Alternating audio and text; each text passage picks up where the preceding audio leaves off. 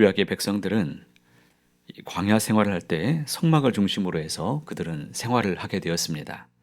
오늘날로 말한다면 주님을 중심으로 이제 말씀을 중심으로 교회를 중심으로 해서 그들이 이제 신앙생활을 하게 되었다라는 것입니다. 그들의 생활의 핵심은 하나님을 만나는 것이었습니다. 그것이 삶의 목적이었고 또 인생의 가장 큰 영광이었고 이 모든 복된 삶의 원천이 바로 이 성막을 중심으로 한 그들의 생활 안에 있었습니다. 그들은 성막에서 하나님을 만남으로 하나님의 사랑과 용서 그리고 평안을 그들은 얻을 수가 있었습니다. 영적인 새 힘을 이 성막을 중심으로 해서 얻게 됐습니다. 성막은 그들에게는 위로였고 안식처였고 광야 생활 중에 예배를 통해 하나님의 임재를 체험하는 그런 은혜가 있었던 것입니다. 오늘날 우리도 광야 생활을 여전히 우리도 하고 있습니다. 저 약속의 땅인 천국을 향해서 나아가고 있는 행진 중에 있습니다. 그래서 우리는 순례의 여정을 여전히 걸어가고 있는 사람들입니다. 하나님께서는 우리가 그리스도를 중심으로 살아가기를 원하십니다. 그래서 교회를 허락해 주셨고 우리 인생 가운데 성령님을 우리에게 보내주셨습니다.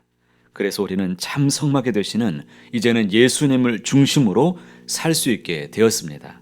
그 주님과 동행하는 삶을 날마다 살아가게 되시기를 간절히 소망합니다. 특별히 오늘 본문에서 강조하고 있는 부분을 보면 1절부터 16절까지는 성막을 봉헌하는 장면입니다. 하나님께서 만들라고 하셨던 모든 방법대로 9개월간에 그들이 완성하고 나서 기름을 발라서 구별하여 하나님께 봉헌해 드립니다. 그리고 철저히 그 뜻에 순종하며 성막을 세우게 되는데 출애굽기 39장 우리가 어제 보았던 말씀에 제사장의 옷에 대한 말씀을 보았는데 그 옷을 지을 때도 하나님의 명령대로 만들었다라는 이 표현이 7번이 사용됩니다. 마찬가지로 본문에서 17절 이제 이하에 보게 되면 실제로 출애굽한 지 2년째가 되는 1월 1일에 성막을 하나님께서 이제 세우라고 하십니다. 2년 전 애굽을 나올 때가 그들의 새로운 탄생과 구원의 첫 순간이었다면 구원으로 부르신 하나님이 원하시는 것이 무엇이겠습니까?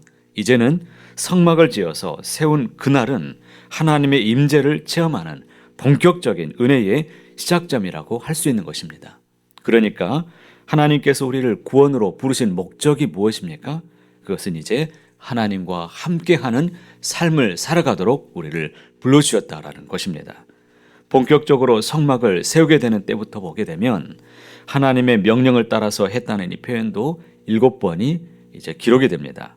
여호와께서 모세에게 명령하신 대로 되니라 이것을 한번 세어보니까 19절, 21절, 23절, 25절, 27절, 29절, 32절 총 7번이 사용됩니다. 이것은 전적인 순종을 뜻하는 거죠.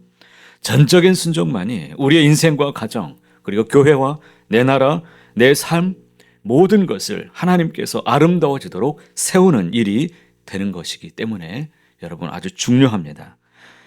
오늘도 나의 뜻이나 자기를 주장하지 않고 자기를 쳐서 복종시켜서 하나님이 주신 말씀을 따라서 의지해서 순종하면서 내가 살아가는 하루가 된다면 반드시 하나님의 복과 은혜가 우리 안에 가득하게 채워지게 될 줄로 믿습니다.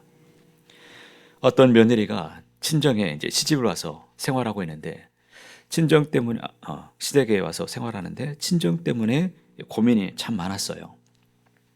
자기가 보기에는 친정 식구들이 신앙생활을 훨씬 더 열심히 하고 부지런히 하는데 이상하게도 시댁 식구들이 더 잘 되는 것을 자꾸 보는 거예요. 시댁은 예전에 다른 종교를 믿었다가 개종한 지 얼마 되지 않아요. 그런데 신앙생활도 그다지 자기 눈에는 열심히 하지 않는 것 같은데 오히려 시댁은 하나님께 더 복을 많이 받는 것 같다는 생각이 들어서 어찌된 영문인지 목사님께 찾아와서 좀 상담을 하게 됐습니다.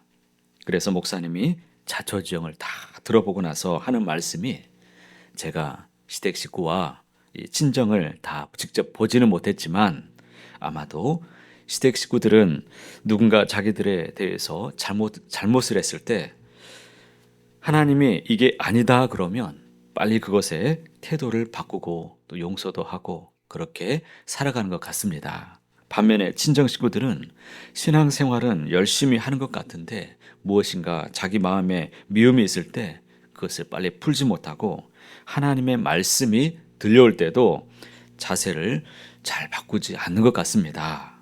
그 말을 들은 며느리가 목사님의 말씀을 듣고 고개를 끄덕이면서 목사님 말씀이 맞는 것 같습니다. 이렇게 고백하더라는 거예요. 성경에는 이렇게 말씀하죠. 무릇 지킬 만한 것보다 먼저 내 마음을 지키라고 말씀합니다. 열심히 신앙생활하는 것 참 좋은 일입니다. 하나님께서 기뻐하시고 귀하게 보시는 일입니다. 그러나 그것보다 더 중요한 것이 무엇일까요?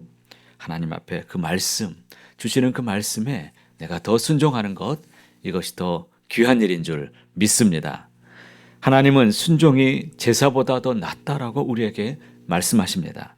오늘도 저와 여러분이 주님의 말씀 앞에 순종하며 나가기를 원합니다. 하나님이 우리에게 구하시는 것이 과연 무엇일까요? 여러분과 제가 평생의 순종의 사람으로 모세처럼 이스라엘 백성들이 주님 앞에 나아가는 이 모습과 같이 주님을 기쁘시게 하고 주의 영광을 드러내는 데 사용되기를 간절히 원합니다. 36절 이하의 말씀을 보면 참 드라마틱한 이야기로 마무리되죠. 출애굽기의 마지막이 이제 대단원이 마무리됩니다. 구름이 성막 위에 떠오를 때에 이스라엘 백성들이 어떻게 합니까? 이제 하나님 앞에 나아갑니다. 구름이 떠오르지 않을 때는 떠오르는 날까지 나아가지 아니하였다라고 말합니다. 구름은 하나님의 영광과 임재를 나타내죠.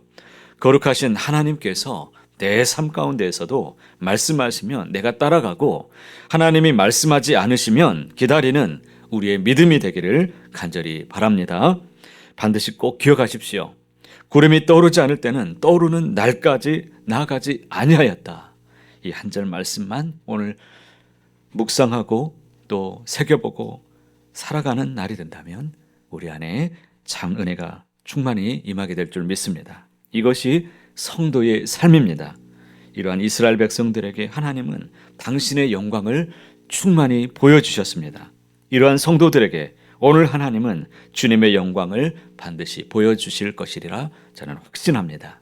바라기는 우리 주님의 말씀 의지해서 주께서 내게 가라고 하시면 가고 서라고 하시면 서고 하나님과 함께 나가는 귀한 동행하는 귀한 날 구원의 감격을 날마다 삶 속에서 실천하며 살아가는 맛보는 귀한 날 되시기를 높으신 주님의 이름으로 간절히 소원합니다.